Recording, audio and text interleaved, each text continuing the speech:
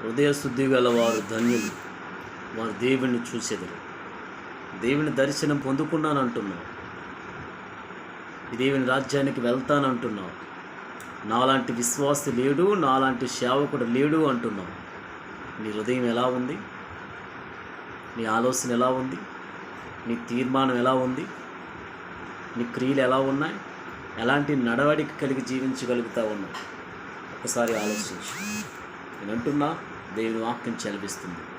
నీ ప్రవర్తన బాగోని, నీ మనసు బాగోని, నీ హృదయం పరిశుద్ధమైన హృదయముగా ఉంటే, నీ క్రియల బాగోని ఉంటే చక్కగా దేవుని వాక్యం చెప్పినట్లుగా నువ్వు దేవుని దర్శనం చూస్తున్నవాడు, దేవుని దీవెన పొందినవాడు. లేదంటావా? దేవుని చూడలేదు, నువ్వు దేవుని దర్శనాన్ని కూడా పొందుకోలేదు. అంటే ఎలా చెప్పగలుగుతావు? దేవుణ్ణి చూశాను అని. దేవునికి స్తోత్రం కలుగును.